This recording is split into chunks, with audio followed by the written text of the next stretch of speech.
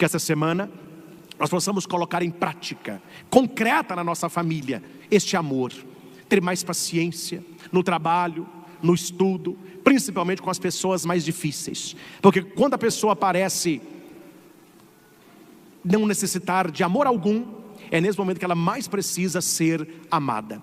Não existe uma pessoa má, existe uma pessoa cheia de feridas. Então, se ao seu lado há uma pessoa difícil de lidar, esta pessoa está gritando por...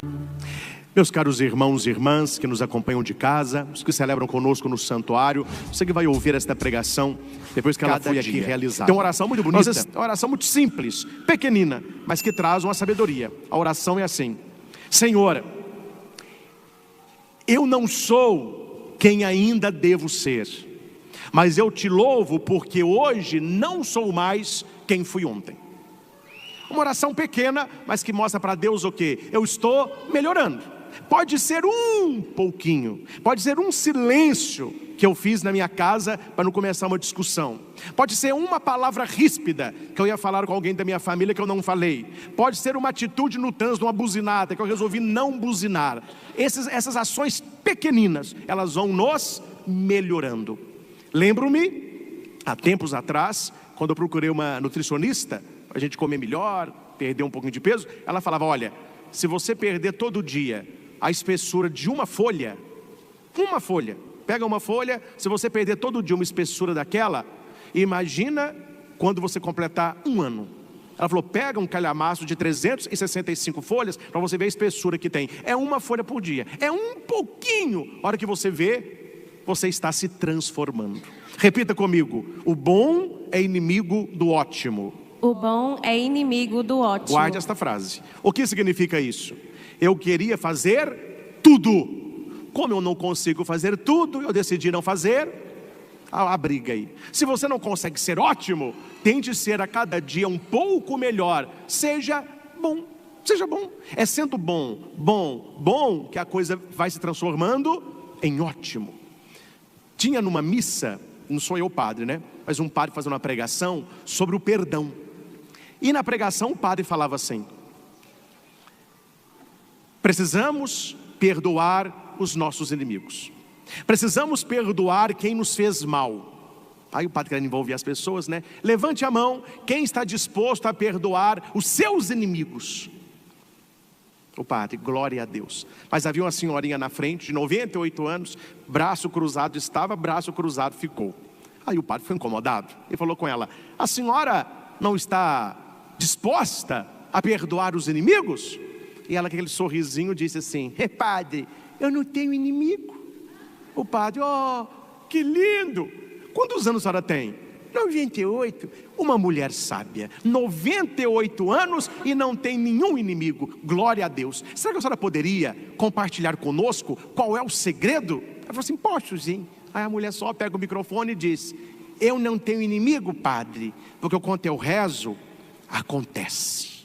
Eu rezei pelos meus inimigos e morreram todos, aqueles mal acabados. Ô povo chato, Deus fez uma limpeza. O padre: minha filha, me devolve o microfone. Na verdade, meus irmãos, o que a história nos traz? Está na igreja, com 98 anos, não tem inimigo, mas ainda não aprendeu a maior lição, a lição do amor. Um amor que perdoa, um amor que acolhe, um amor que recomeça, um amor que abraça, um amor que lava os pés. Jesus nos ensinou isso. Então é isso que nós precisamos refletir. Qual o grau do meu amor? Rezamos como ela também rezava, mas qual o teor das nossas orações? Quando nós rezamos para quem não gostamos, qual é a nossa oração? Tem um texto bíblico que certamente deve nos incomodar ou nos fazer pensar.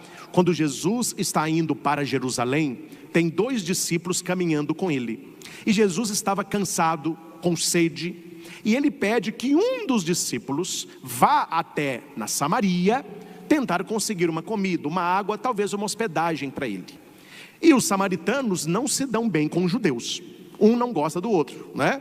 Ora que os samaritanos, ficam sabendo que aquele que ali está pedindo comida, água e cama, eram judeus, eles falaram que não tinham nada, que era para eles passarem reto.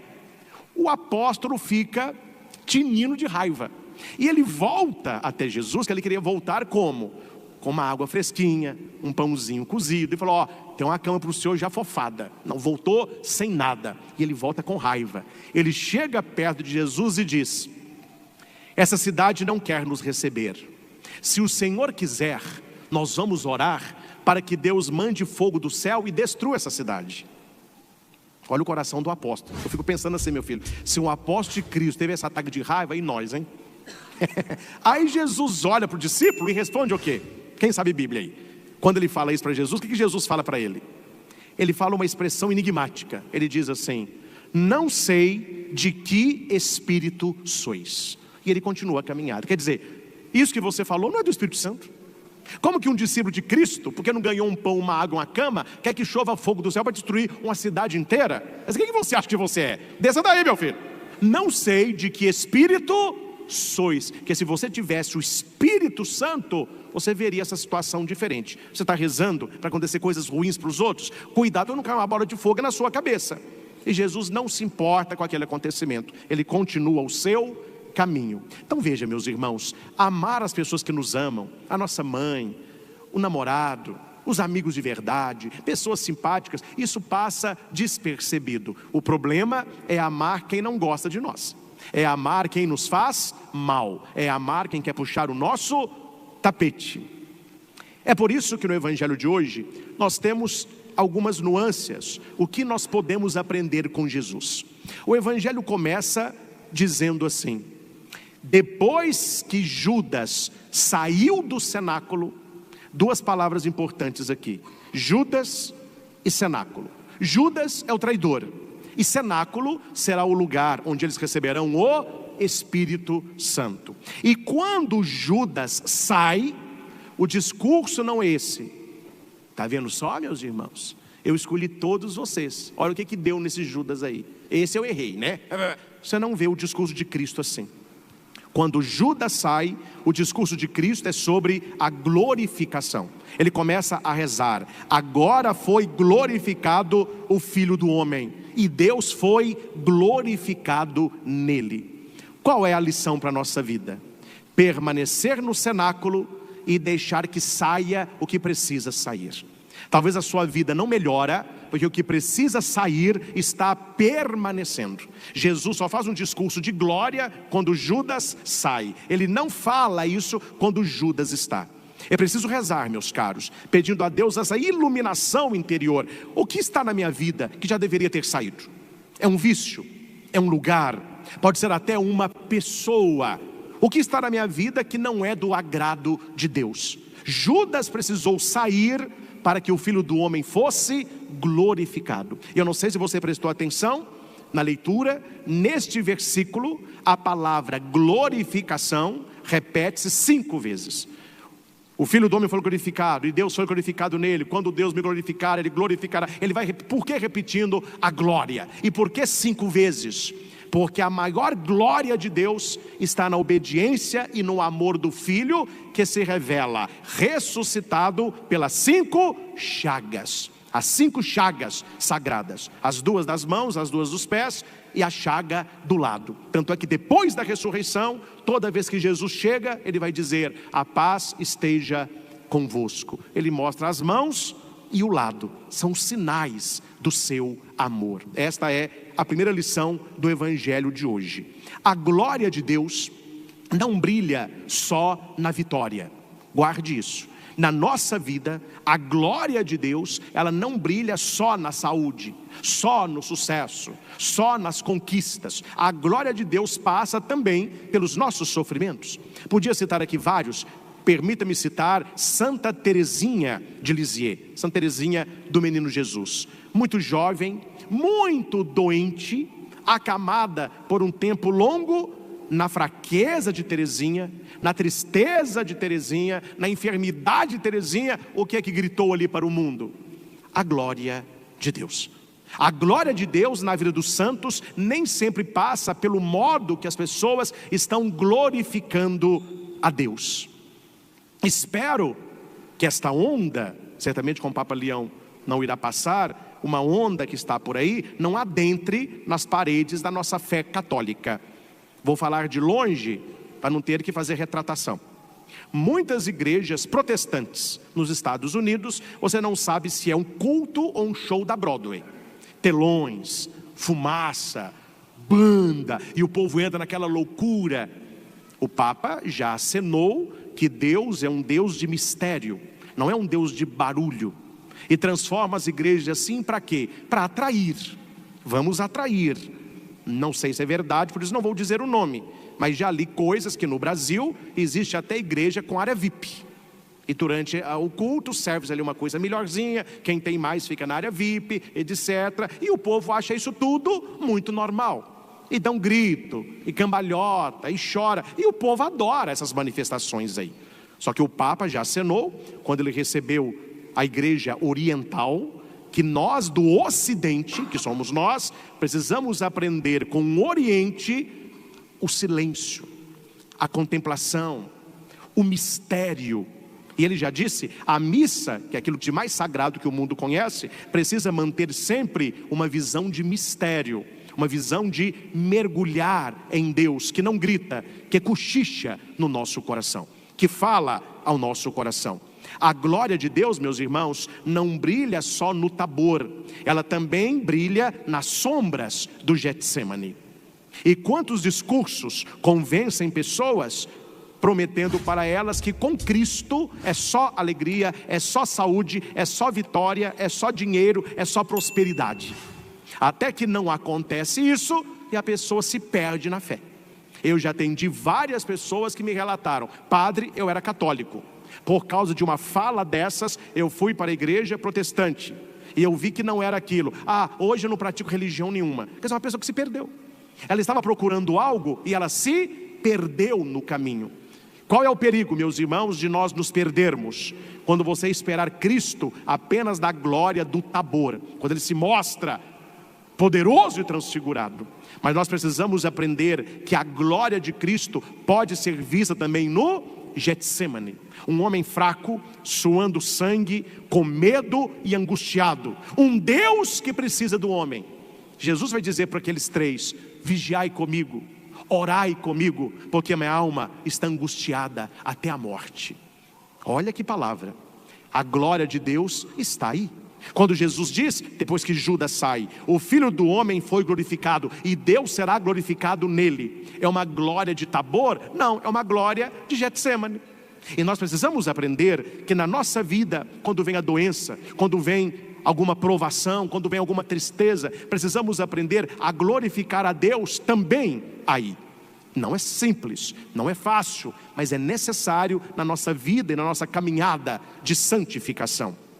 A glória de Deus resplandece nas noites de dor, no silêncio da entrega e na fidelidade diante de uma traição. Será, meus irmãos, que nós conseguiríamos olhar para alguém que a gente confia muito, mas que nos traiu, e com um sorriso, sem mágoa, rancor ou raiva, chamá-lo de amigo? Eu acho que nós estamos um pouco longe disso ainda. Não sei vocês, não sei se eu conseguiria. E Jesus o faz. Quando Judas chega com os guardas, com paus, com tochas, Jesus olha para Judas e o amor de Jesus não mudou por Judas. Judas o beija, ele vai dizer: amigo, traz o Filho do Homem com um beijo. Ou seja, Judas não foi amigo de Jesus, mas Jesus continuava amigo de Judas.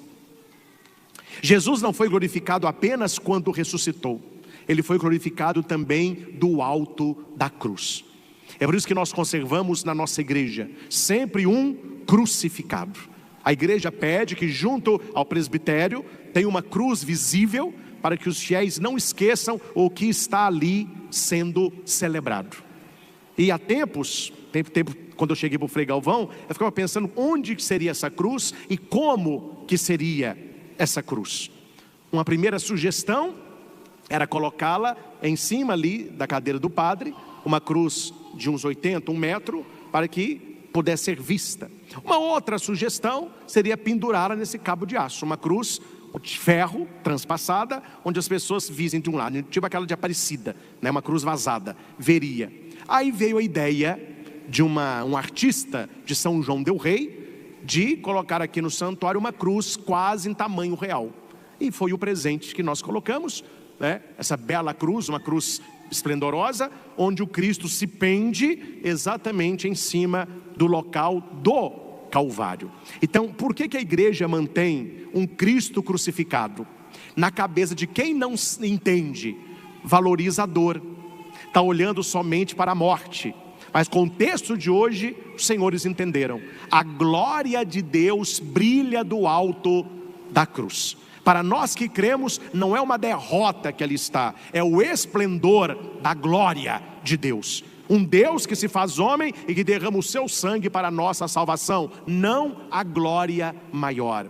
Precisamos aprender, meus irmãos, que a glória não está apenas quando levantamos um troféu, mas sobretudo quando carregamos a nossa cruz. É preciso carregar a nossa cruz com elegância, como diz Santa Teresa d'Ávila: todas as vezes que eu pedi uma graça, Deus me concedeu uma cruz, porque se fosse a vitória, eu seria soberba, mas pela cruz, eu estou no caminho da santidade. Muito bonito isso. A glória de Jesus é o amor que não se retira, é o amor que permanece, é o amor que se dá. Abra o coração e acolha esta frase: Deus o ama como você é, mas o amor o recusa a deixá-lo desse jeito. Deus nos ama como nós somos, mas o amor que Ele tem por nós se recusa a deixar-nos deste jeito. Eu gosto muito de visualização, que a gente entende melhor, grave e não esquece. Eu gosto muito de cachorrinho. Nunca tive cachorrinho. Acho que eu nunca vou ter, né? Pela minha vida, mas eu gosto muito de cachorrinho. Imagine só, eu estou aí em algum lugar e eu vejo um cachorrinho numa poça de lama. Bateram no cachorrinho, ele está fraco, com fome, e lá no meio da lama. Deus nos ama como somos. Eu vou amar aquele cachorro, porque eu gosto de cachorrinho. Mas o meu amor por aquele cachorrinho não é falar com ele assim: ah, eu te amo, então eu te amo como você é, então continue aí, porque eu te amo é assim. Não, o amor me faz amar como ele é, mas o verdadeiro amor me faz rejeitar como ele está. Se eu amo, eu vou tirar ele dali, eu vou dar um banho, levar para o veterinário, tirar o pelo, vacina, comida, e pouco tempo depois ele está transformado. É isso que o povo não entendeu. É isso que muitas pessoas não entenderam, nem no discurso de Cristo, nem no discurso da igreja e nem na fala do Papa Leão. Porque as pessoas querem o quê? Uma fé que aceite que nós estamos no barro do pecado, na lavagem do mundo, e que isso é aceitável, então continue aí. O amor, não, o amor quer nos tirar deste lugar e nos colocar num lugar melhor. Ele nos ama como somos, mas o amor se recusa a deixar que nós permanecemos deste jeito. É isto que a igreja chama de conversão: tirar o barro, dar um banho, a comida verdadeira, a vacina necessária, o Espírito, a leitura da Bíblia, para que nós sejamos quem nascemos para ser. Deus nos ama como somos, mas Ele não quer que permaneçamos como estamos. A glória de Deus passa por aí. Um outro ponto no Evangelho que eu achei lindo quando eu estava ontem estudando o texto, numa homilia do Papa Bento XVI. Ele vai dizer o seguinte: que Jesus poderia olhar para os seus discípulos e chamá-los de amigos, bons amigos. Não, Jesus usa a expressão filhinhos, filhinhos. Nós lemos aí. Por que Jesus os chama de filhinhos? Esta expressão que Jesus usa, naquela época, era a expressão que a mãe se dirigia às crianças pequenas. Então Jesus tem um amor pela igreja e pelos discípulos, e por você é um amor maior do que o amor da sua mãe. Claro que tem mães que não amam os filhos, isso é exceção, porque a regra é que toda mãe se dedique ao filho, é a cuidadora por excelência. Quando Jesus diz: filhinhos, não vos deixarei órfãos, é aquela mãe que acolhe os filhos. Numa expressão que Jesus já usou, né? É a galinha acolhendo os pintinhos. Há muito tempo que eu não vejo, há muito tempo também que eu não vou em sítio, né? Mas eu gostava no sítio da minha tia, quando tinha galinha choca. Já viu galinha choca? Ela anda, assim, logo que ela chocou os pintinhos, ela permanece naquele estado, e ela anda com a asa aberta, e os pintinhos ali ciscando. Apareceu qualquer perigo, ela abre a asa, os pintinhos todos correm para debaixo da asa dela, ela fica toda preparada, coitadinha. Acho que não consegue atacar muita coisa, uma galinha, né? Mas ela protege a cria.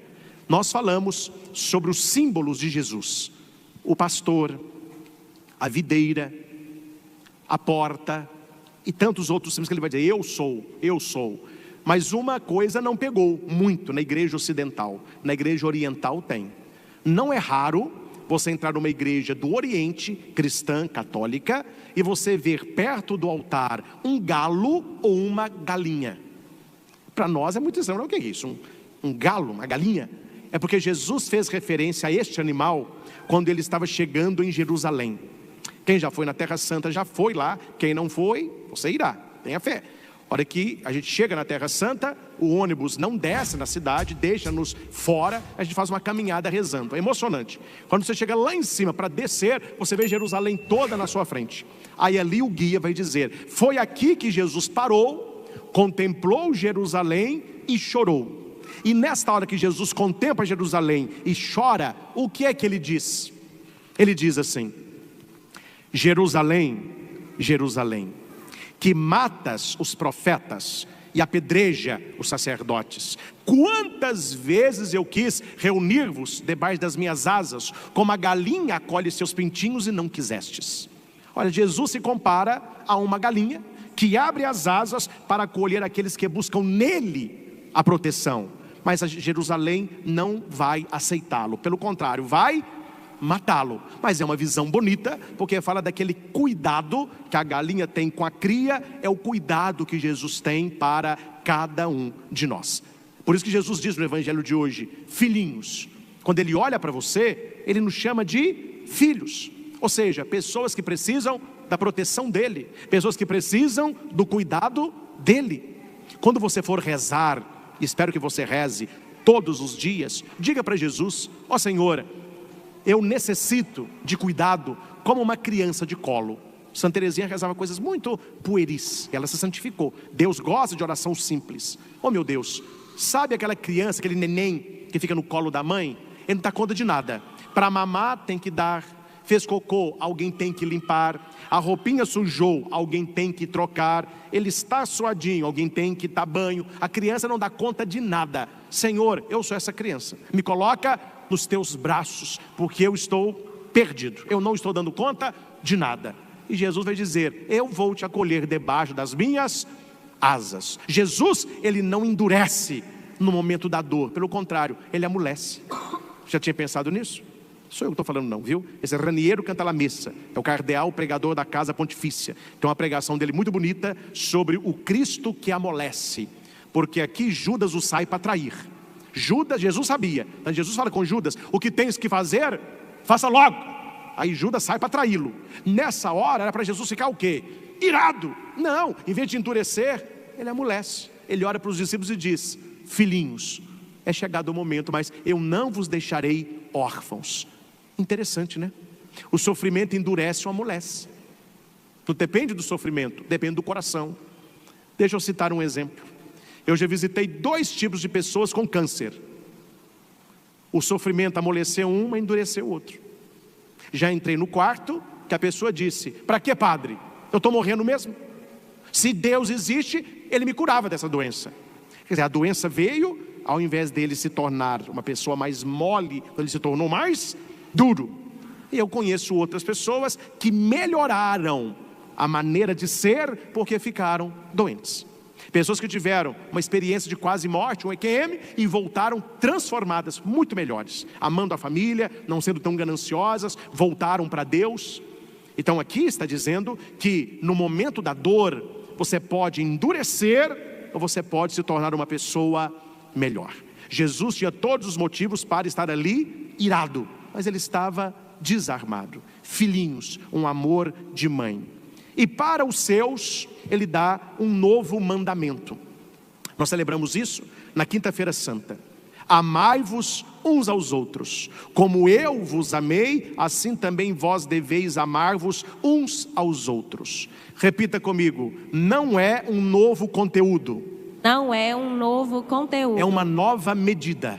É uma nova medida. Porque o conteúdo continuou. Qual é o conteúdo? O amor. Mas qual é a medida? Não é mais a nossa, é a dele. Ficou mais exigente. Mas veja que para ele pedir aos discípulos que pudessem amar como ele os amou, demorou 3 anos de caminhada. Jesus já está aqui nos últimos finais da sua vida. Esse discurso é na quinta-feira santa, ele vai morrer na sexta da paixão, ele ressuscita no domingo. Então aqui as últimas horas de vida de nosso Senhor. E agora ele pode dizer: vocês conseguem me amar como eu amo vocês. Lá atrás ele não pediu isso, ele pediu o quê? Ame o outro como você se ama. Jesus, ele sabe o estágio de cada um de nós. Ele sabe aonde nós estamos na caminhada espiritual. Tirando Judas Iscafedeu, quando ele fala assim, filhinhos, quem que está ali ouvindo? João, o mais jovem, o amado. E Jesus sabe, esse vai permanecer. Filhinhos, não vos deixarei órfãos. Mas quem está ali escutando também? Pedro, que é Pedro, né? Pedro é um pouco da gente, né? Eu gosto de Pedro, que eu pareço com Pedro. Pedro levantou: que é, Senhor? Eu morrerei contigo. Aí Jesus: Pedro, tá bom, mas antes que o galo cante, você me negará 3 vezes. Mas para Pedro, Jesus também disse: filhinho, eu não vos deixarei órfãos. E entre Pedro e João, nós temos os outros todos, cada um com seu gênio, cada um com seu jeito, cada um com suas fraquezas e qualidades. Mas Jesus entende o estado, o estágio, o lugar e o tempo de cada um. E entre estes está Tomé. Jesus fala: Tomé, vou ressuscitar, você não vai, não tem problema não, eu volto para você. Ele sabe, Pedro é de um jeito, João é de outro, Tomé é de um jeito, André é de outro. Quando nós estamos na missa e Jesus olha para nós assim, ele sabe da vida de cada um. O Padre Cristo é assim, fulano é assim, ele é assim, e ele ama a todos. E para todos nós ele diz: não vos deixarei órfãos. Jesus não está conversando com 10 conhecidos, são amigos que estão com ele há 3 anos, 24 horas por dia. Precisamos saber se o nosso amor por Cristo é maduro ou imaturo. Como que eu sei, padre? Cuidado, viu? Que isso serve para tudo. Serve para o namoro, serve para o casamento, serve para as suas amizades. Amor maduro, ele diz: preciso de ti, porque te amo. O amor imaturo diz: eu te amo porque preciso de ti. Dá para entender a diferença ou não? Vamos de novo. Amor maduro: eu preciso de ti porque eu te amo. O amor imaturo: eu te amo porque eu preciso de ti. Qual é o amor que está no amor maduro? Eu preciso de ti porque eu te amo. A necessidade do outro é pelo amor. Eu te amo porque eu preciso de ti. Aí é uma necessidade utilitarista. Pelo aquilo que você faz, e eu não quero ficar sem você, eu te amo. O amor de Jesus por nós é o amor total, é o amor ágape. Aí Jesus vai dizer para nós: eu preciso de ti porque eu te amo. Se não fosse por amor, ele precisaria de nós para quê? Para quê? Para que Jesus precisa de você? Para nada. Mas por que ele precisa? Porque ele nos ama. E muitas vezes, por que muitas pessoas nos amam? Porque elas precisam de nós. Quando elas não precisarem mais, não amarão mais. Por isso o amor maduro. Quando eu prego para casais, claro, eu faço uma reflexão mais profunda, mas eu digo para os casais que a frase mais libertadora que um marido pode chegar a dizer para a esposa, e que a esposa pode ser para o marido, é mais ou menos assim: eu não preciso de você para nada. Se eu estou com você, é porque eu te amo. A necessidade dela é pelo amor. O amor se impõe. Jesus não precisa de nós, ele precisa pelo amor que ele tem.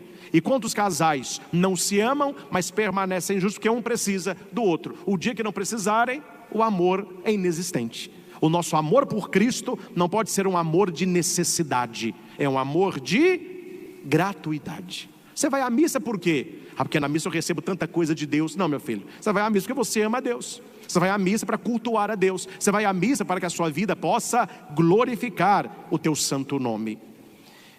Amai-vos uns aos outros como eu vos amei. Não é mais amar como gostaríamos de ser amados, é amar como Ele nos amou. E como Ele nos amou? Amor até a morte de cruz. Amou quem o negou, amou quem o abandonou, permaneceu e não desistiu de quem amava. Isso é muito importante, gosto muito disso. Jesus, ele não desistiu de quem amava. Há pessoas que vão desistindo de nós, né? Você fez o que eu não achava, eu não quero você da minha vida, não. Não, Jesus, ele permanece. Eu gosto muito quando você lê a história dos 12 apóstolos, não há substituição. O time que começou foi o time que terminou. Não é igual futebol, né? Está lá jogando, e aquele ali é perna de pau, vamos substituir, troca lá. Trocou, ou aquele ali é bom demais, daqui a pouco vai dar lesão nele, troca lá. Mas você vê que Jesus começou com os 12 e terminou com quem? Com os 12, porque ele permanece. Nós vivemos uma sociedade que não conhece essa permanência, é tudo muito transitório. Precisamos aprender com Cristo a permanecer nos corações. Jesus não está falando de sentimentos, ele está falando de decisões, de ações, de um amor que se entrega, que se doa. Repita aí: amor é ação. Amor é ação. Amor é decisão. Amor é decisão. E não apenas sentimento. O que significa amor e sentimento? Vontade. Hoje eu estou com vontade, então eu vou te amar. Hoje eu acordei sem vontade, hoje eu não vou te amar. Esse é amor e sentimento. O amor decisão passa pelo amor da mãe. Um exemplo real. Domingo à noite, o filho que já saiu na sexta, saiu no sábado, ainda grita com a mãe à noite, sai com os colegas, bate porta, a mãe vai dormir, nem vê a hora que o menino chegou. Um filho rude. Segunda de manhã, ele trabalha, pega serviço às 7, levanta geralmente 15 para 6, toma um banho, um café e corre para o trabalho de moto. Quando aquele filho que destratou a mãe, que preferiu os colegas, ele acaba o banho e chega na cozinha, lá está a mesa pronta, o café, o pão, a manteiga, uma banana. Quem que preparou? A mãe. Me pergunte, tem vontade aí? Mas eu acordei com uma vontade de preparar um café para o meu filho que bateu porta, que gritou, que ficou o final de semana todo com os colegas. Mas eu estou numa vontade de preparar um café com banana? Não há vontade. Mas a mãe não age pela vontade, ela age pela decisão de amar. Ela ama não é porque é uma vontade, ela ama porque a mãe é amor. Então mesmo com o final de semana desastroso, o filho terá o cuidado da mãe, sem merecer. Padre, mas isso é difícil, viu? Mas é o que Jesus nos pede. O que é que nós podemos fazer para Jesus, uma vez que ele morreu na cruz por nós, sem o nosso merecimento? É muito mais do que preparar um café da manhã. Tem uma história pesada, que eu vou contar para vocês agora, e que mexeu comigo no retiro que eu fiz em Itaici. O tema do retiro era amar como Jesus amou. É bonito o tema, amar como Jesus amou. Aí você vai aprofundar, meu filho, mas é uma cacetada atrás da outra. E essa história mexeu comigo na época, que eu falei, mas será que a gente consegue amar assim? Conta-se que um soldado norte-americano, recém-casado, foi convocado para a guerra. Ele deixou a sua esposa sem filhos e foi para a guerra. Escrevia cartas apaixonadas para ela, e ela respondia. Até que um dia ele escreveu assim: não mande mais cartas, arrumei uma outra mulher que me dará um filho, ela está grávida.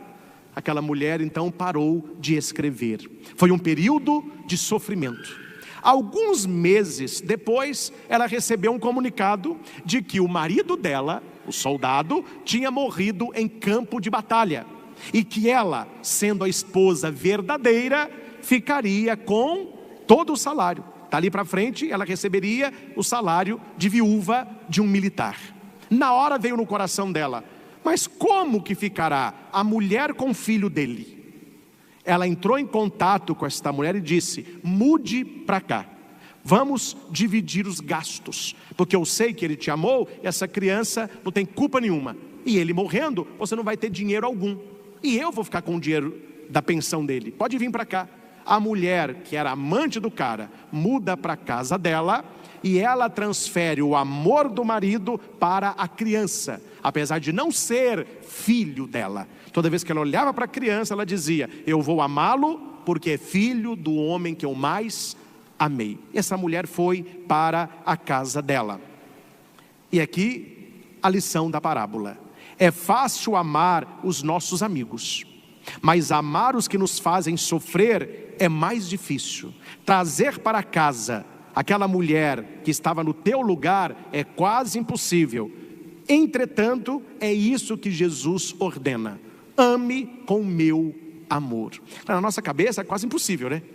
Imagina, você trazer para sua casa a mulher com que seu marido te traiu para cuidar daquela família e cuidar daquela criança, porque é filho do homem que você sempre amou. É um amor, isso é muito difícil, mas é o amor que Jesus nos pede. É um amor além do amor humano, porque o nosso amor, ele tem limites, o amor de Deus não. Nisto conhecerão que sois meus discípulos, se tiverdes amor uns pelos outros. Repita alto: testemunho. Testemunho. De novo. Testemunho. Mais uma. Testemunho. Quando a gente chega no lugar, a pessoa diz assim: quem é você? Ah, prazer, eu sou... Não, documento, me dá um documento aí. A gente apresenta identidade, carteira de motorista, é bom que tem tudo ali, né? Carteira de motorista. Ah, digita aí meu número de CPF. Se eu digitar, vai puxar tudo da minha vida aí. Nós somos cristãos católicos. Qual é a nossa carteirinha de identidade? Um dia eu estava fazendo uma pregação dessa em Curitiba. Uma senhora falou assim: padre, eu tenho.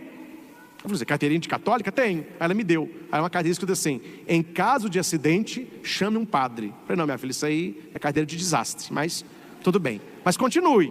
Espero que não aconteça acidente. Se acontecer, eles vão chamar um padre para a senhora. Mas essa não é a carteira de identidade do católico. Você já pensou isso? Você entra para um clube, você tem uma carteirinha. Você abre uma conta no banco, eles vão te dar um cartão.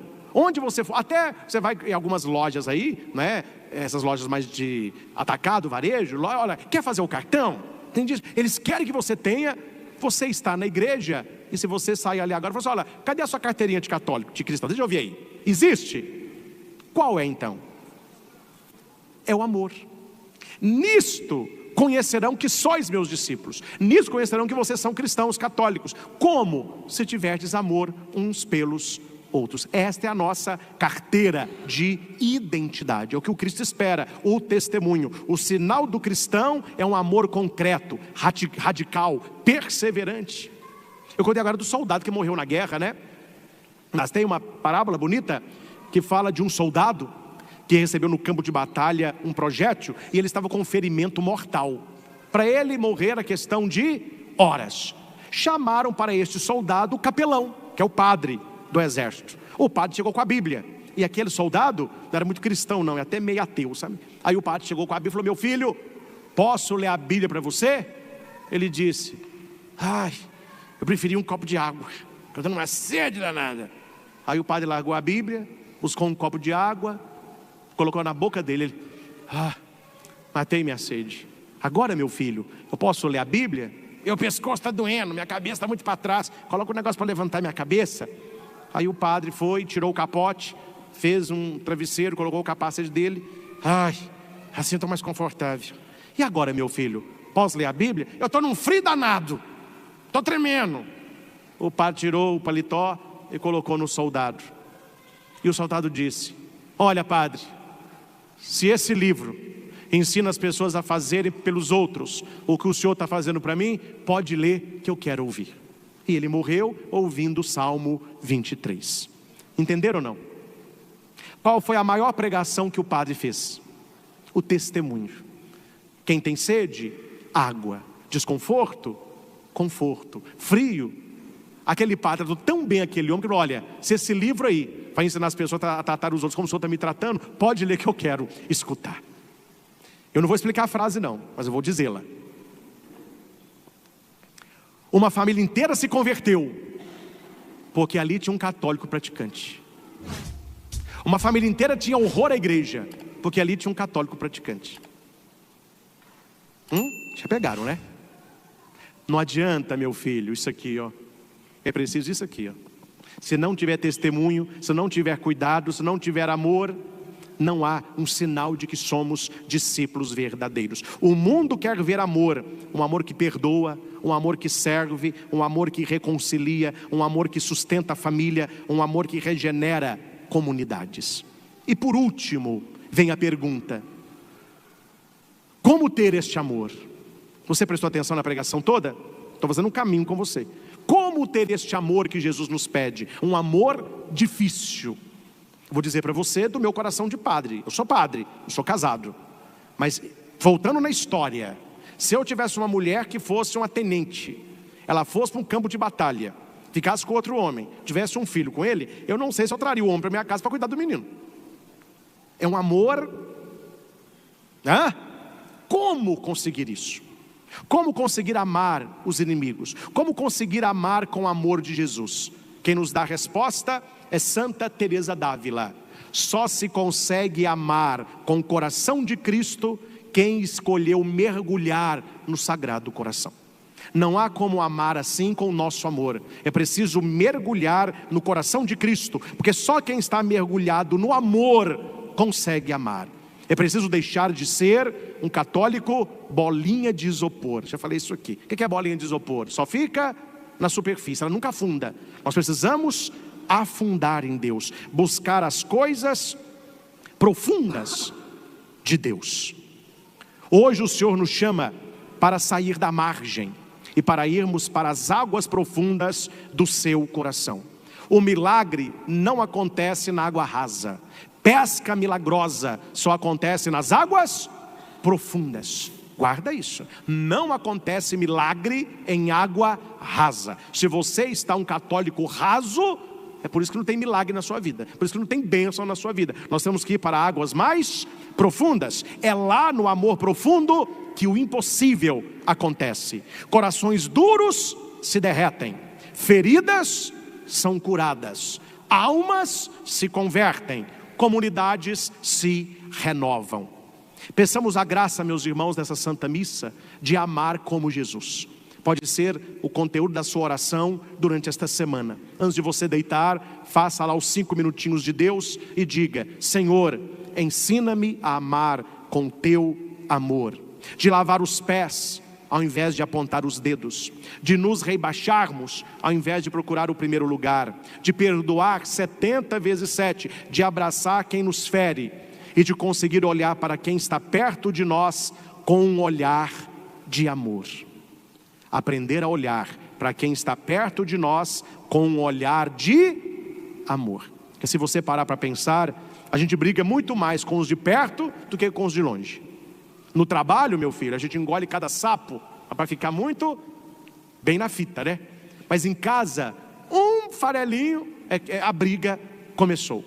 Atenção. Hoje eu estou contando histórias, hein? Eu conto uma só, já é a quarta, mas é a última. Um homem tirou o final de semana para descansar. Ele tinha um cachorro bonito. Ele largou o cachorro em casa, colocou ração, água, era um cachorro treinado, ele sabia. No domingo, após o almoço, o cara chega. Quando o cara chega em casa com a mulher, no final de semana só relaxando, está o cachorro todo enlameado, com uma lebre enorme na boca. Era a lebre do vizinho. O vizinho que era um juiz e adorava a lebre. Meu filho, aquele homem ficou cego de raiva, mas ele bateu nesse cachorro o que ele podia. Falou assim: mas não é possível. O final de semana que eu tenho para descansar, você ainda me mata a lebre do vizinho e ainda é um juiz, e daqueles difíceis. Aí a mulher falou assim: amor, nós não podemos pagar a ação desse cachorro não. Eu falei: porque a pulgueta vai ficar gemendo ali uma semana. Só não matei, porque o que nós podemos fazer? Amor, o juiz não está em casa, ele viajou também, ele deve chegar hoje à noite. Vamos fazer o seguinte: vamos lavar a lebre, secar com o secador, fecha o olhinho dela, a gente coloca na casinha. Quando o dono descobrir, ela morreu dormindo, coitadinha, um ataque cardíaco. É isso que nós vamos fazer. Aí pegaram a lebre morta, meu filho, lavaram o belo do bicho, uma lebre, ela era branca com cinza, secaram com o secador, mas ficou perfeito. Falei: eu não teria uma ideia dessa. Aí um olhinho assim, fecha o olhinho.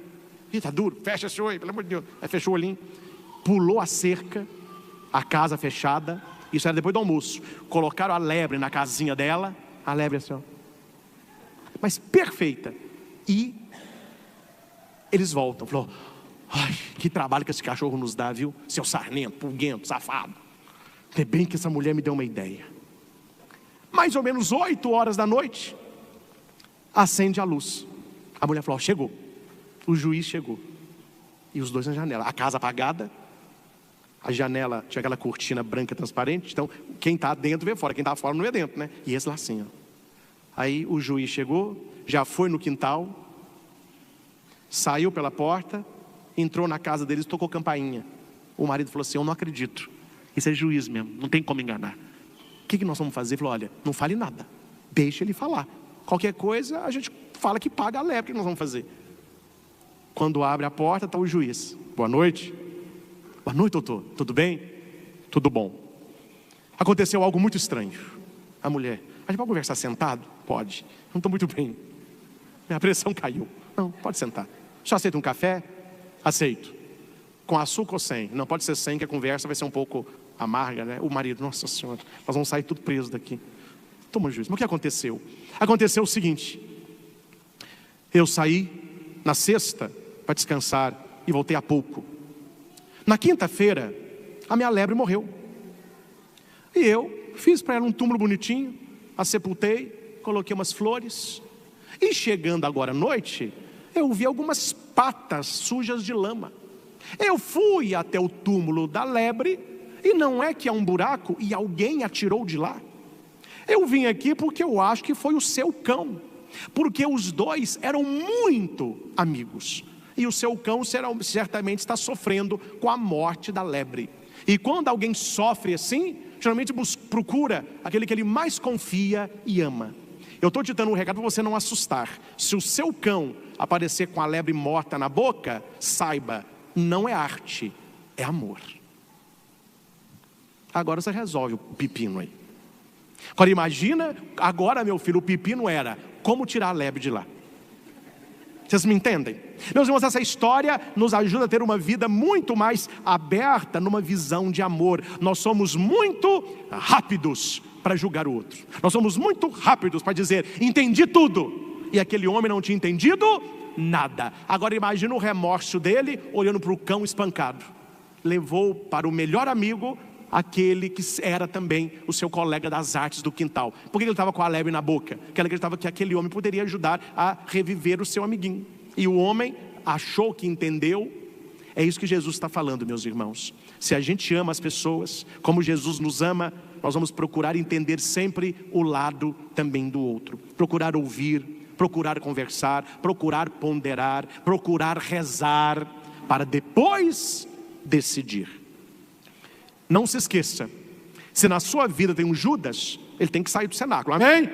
Tem que sair do cenáculo. Deus só vai glorificar a sua vida quando Judas sair. E Ele só vai glorificar a sua vida quando você decidir amar com o amor de Jesus. Que essa semana nós possamos colocar em prática, concreta na nossa família, este amor. Ter mais paciência no trabalho, no estudo, principalmente com as pessoas mais difíceis. Porque quando a pessoa parece não necessitar de amor algum, é nesse momento que ela mais precisa ser amada. Não existe uma pessoa má, existe uma pessoa cheia de feridas. Então, se ao seu lado há uma pessoa difícil de lidar, esta pessoa está gritando por amor. Não apenas um amor humano, mas um amor que vem do coração de Jesus. Saiamos da praia da indiferença e da superficialidade do egoísmo, e vamos para a profundidade do coração de Jesus, porque estando lá, nós iremos conseguir amar os outros como Jesus também nos amou. Ao Senhor Jesus, que ofertou a sua vida por amor a cada um de nós, toda honra, toda glória e todo louvor. Louvado seja nosso Senhor Jesus Cristo, para sempre seja louvado.